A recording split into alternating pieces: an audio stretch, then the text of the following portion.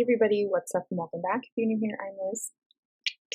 And today we're going to be discussing the John and Jane Doe cases that have been identified this year, 2022. Yes, this is part 1 of 4. No, I'm not kidding.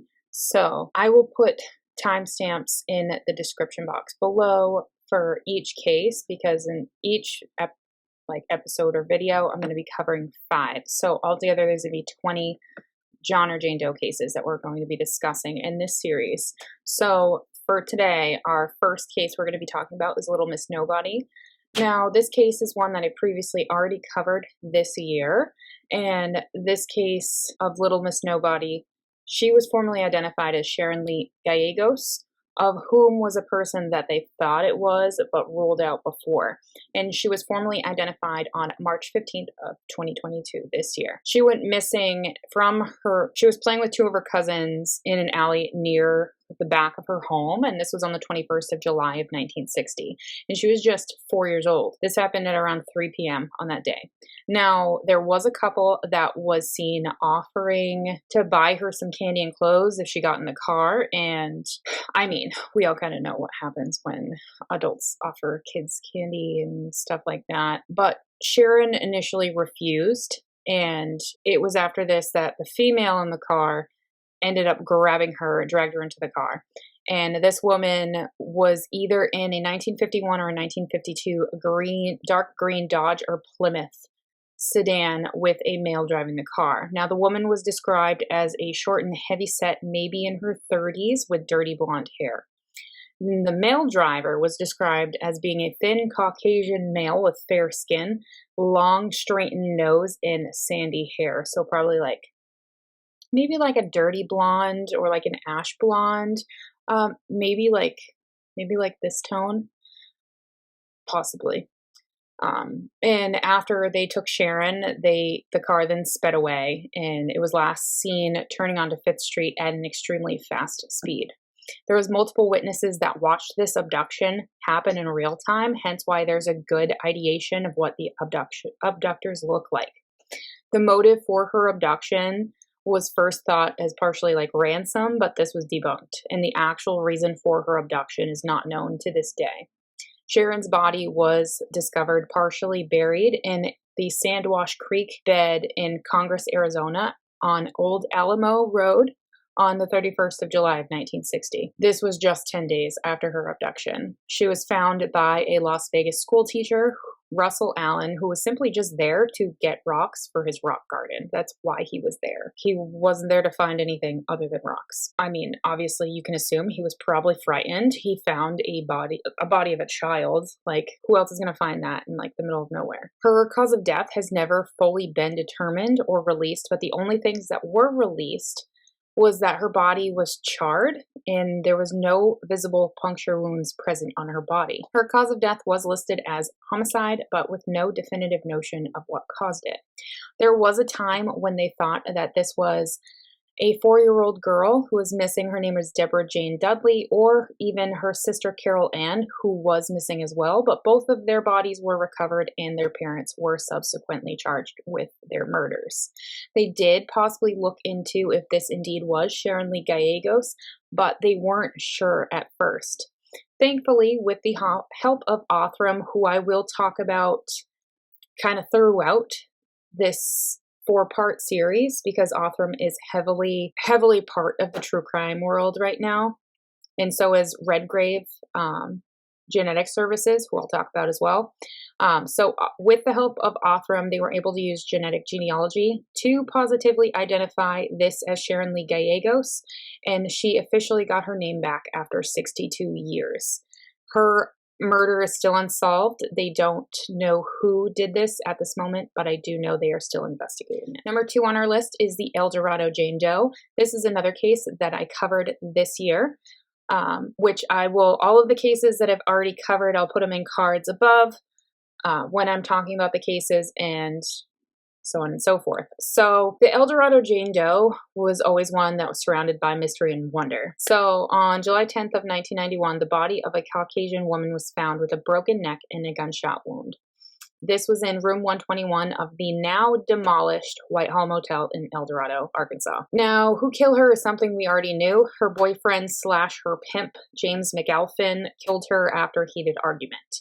James was seen fleeing the scene by speeding away in his vehicle. Now, with who killed her, we already know, and how she died. Out of the way, we already know these. Police just focused on who she was. They knew that James was her pimp. They could determine from her body that she had 1, possibly 2 children, but they couldn't fully determine her identity.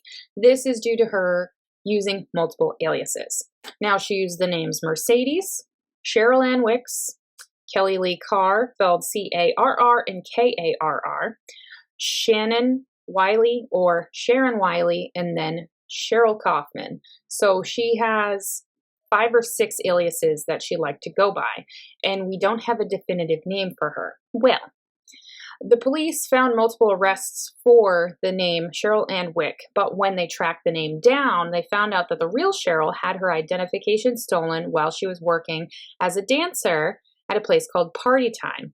They also asked her more like present day if she knew who the Dorado Jane Doe was, but she had no idea. The police found out that this Jane Doe began to pose under this identity when she was living in Florida around 1984/1985, which we'll kind of talk about her time in Florida just a little bit as we go on further.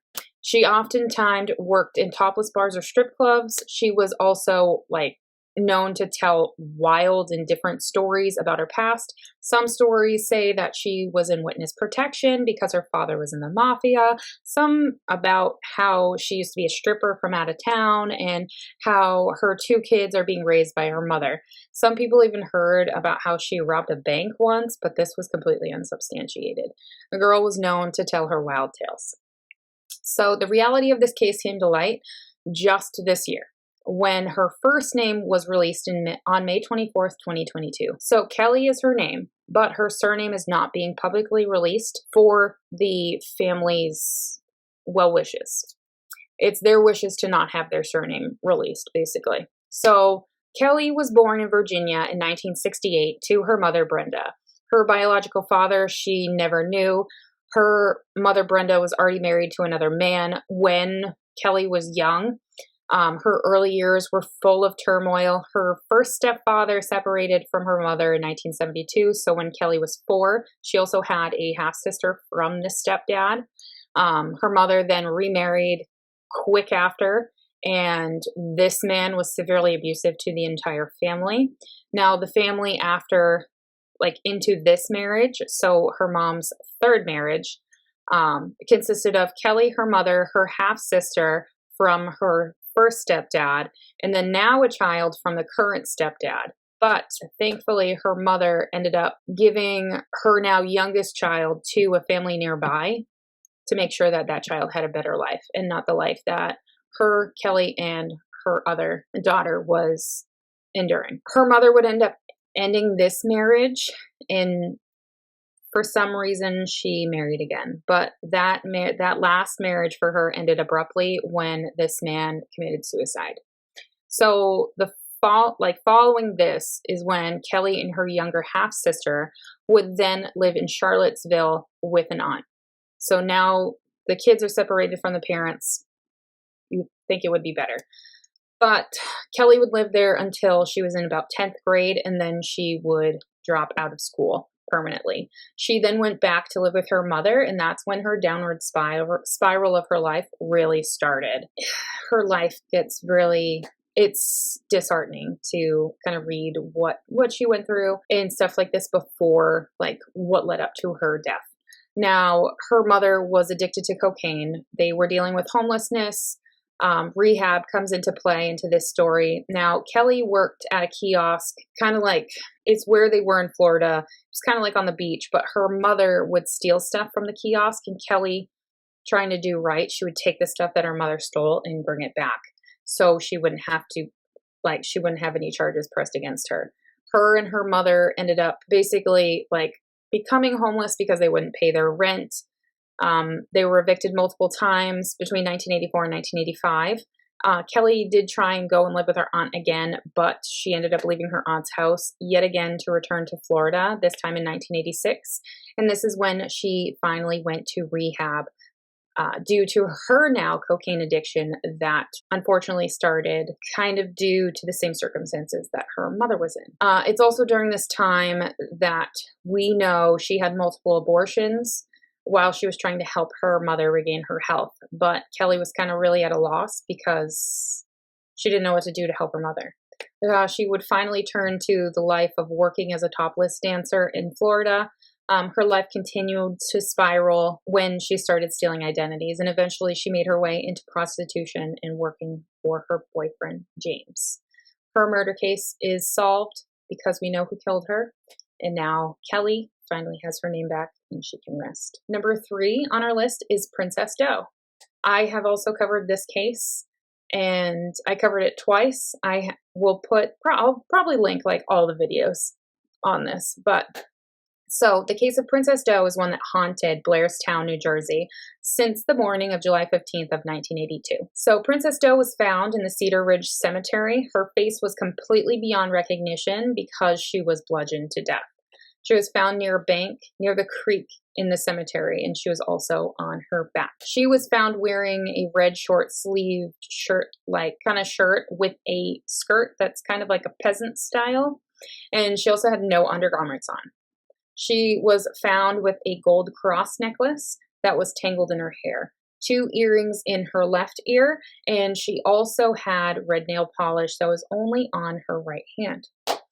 So when forensic anthropologists were looking into this case, they determined that she never gave birth or she had never been pregnant, and that she was also between the distinct ages of 14 and 18.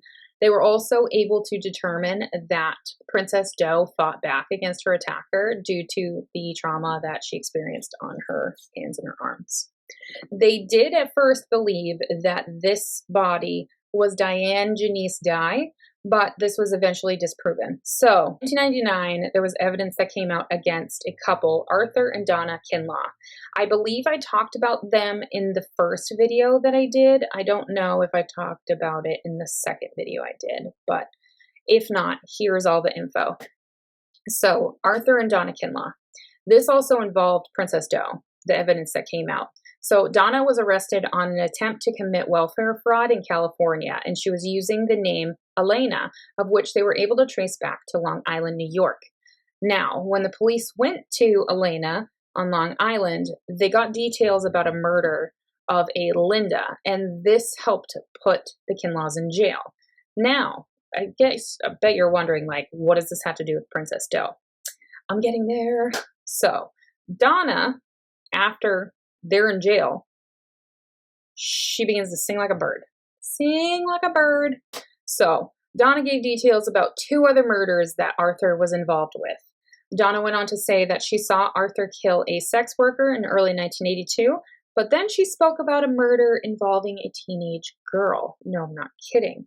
And that her husband had brought her home in July of 1982. Fishy, right? So she then went on to say that he went out with the teenage girl, and when he returned later, she was no longer with him. He also disposed of his clothes and thoroughly cleaned his car. Even with all of this information, the police could not corroborate any of it, and they weren't able to build a proper case without any physical evidence or Princess Doe's identification. Well, a huge break in this case in 2020, when they were able to re-exhume Princess Doe's body with the help of a grant, and they were able to extract DNA with the intentions of using genetic genealogy. Now, thankfully, on the 40th anniversary of finding Princess Doe, she was formally identified as Dawn Marie Olonick, who was 17 years old at the time of her murder. At this current time, Arthur Kinlaw has been charged in the murder of Dawn Marie Olonick, and that case is still pending. Number 4 on my list is Dorothy Harrison. The remains of a young woman were discovered along the road leading to Hatch, New Mexico, by some hunters on March 10th of 1985.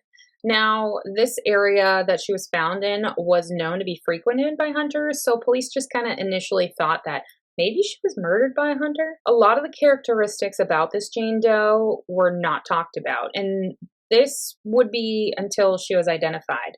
But what they did reveal is that she had light brown hair. At least 2 fingernails were painted pink on each hand, so like just 2. Her weight was unknown, but they did know that she had a slim build and that she also suffered from an injury on the right side of her nose and that it appeared to have healed. So there was some type of a scar. The clothing she was wearing was just pink undergarments with a sweatshirt or like a sports jersey that was like a 3/4 sleeve. And it had a large W, like the Wilson stuff, like the Wilson gear has a giant W on it for Wilson Sporting Goods. So this Jane Doe would remain unidentified for 37 years until she was identified on August 8th of 2022.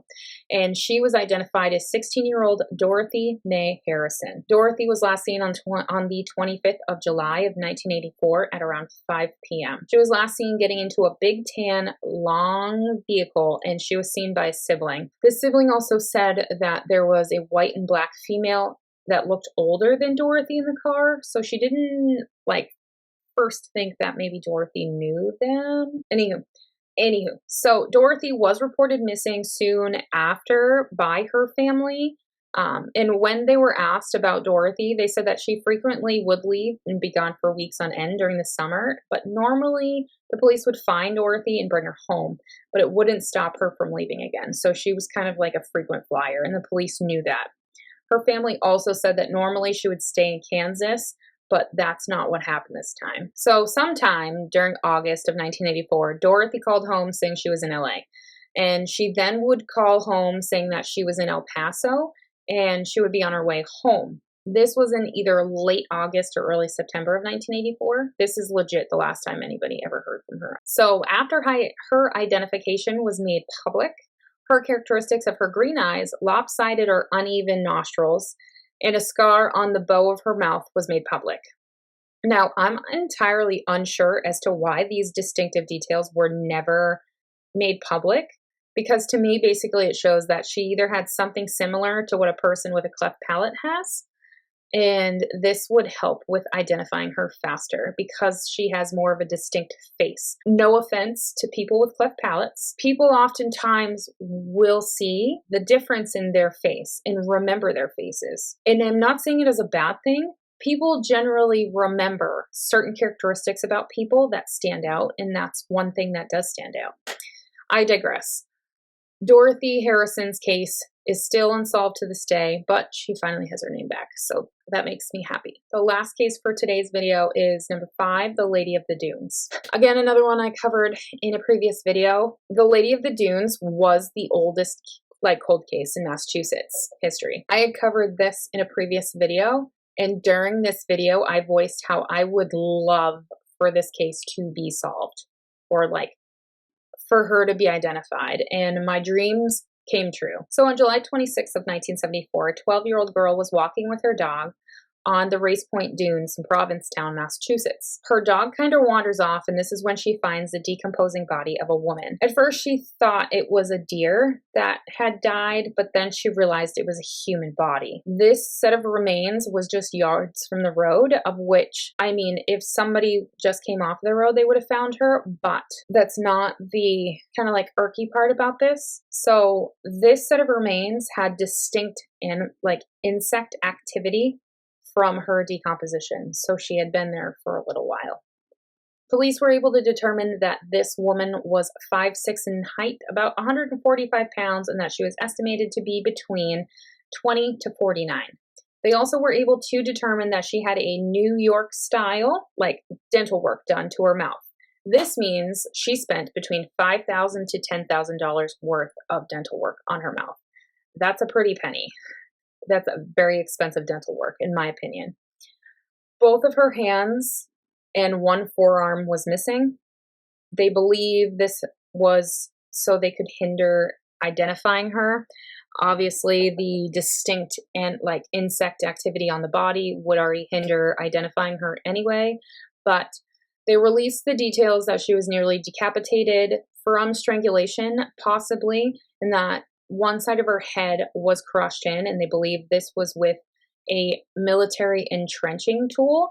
If you don't know what an entrenching tool is, basically it's kind of like it's a multi-tool. You can saw things with it on one side of the shovel. It's an actual shovel. It's pretty cool. We got one for my brother-in-law for, I believe it was Christmas 2 years ago. And he loved it. They believe the head injury is what killed her, and that the sexual assault that happened on her took place post-mortem instead of anti-mortem. Post-mortem is post-death, anti-mortem is before death. So not to like gross you out or anything, but that's the terminology.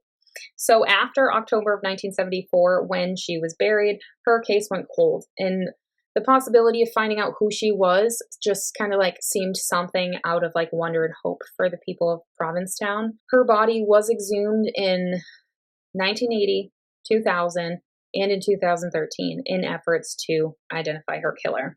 Now, those efforts also included sending her skeletal remains to Othram, who I oftentimes talk about in most of these identified videos that I do cover.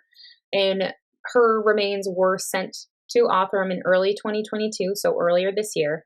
And from this, they were able to use genetic genealogy to identify the Lady of the Dunes as Ruth Marie Terry. Now, 37-year-old Ruth Marie Terry was from Tennessee. They had no idea how she got there. Like, no idea. She did have ties to Michigan, Massachusetts, and California, but at first there was no leads that came from identifying her. Because there was no leads, Massachusetts State Police couldn't really get anywhere. Now, this is until just a few days ago.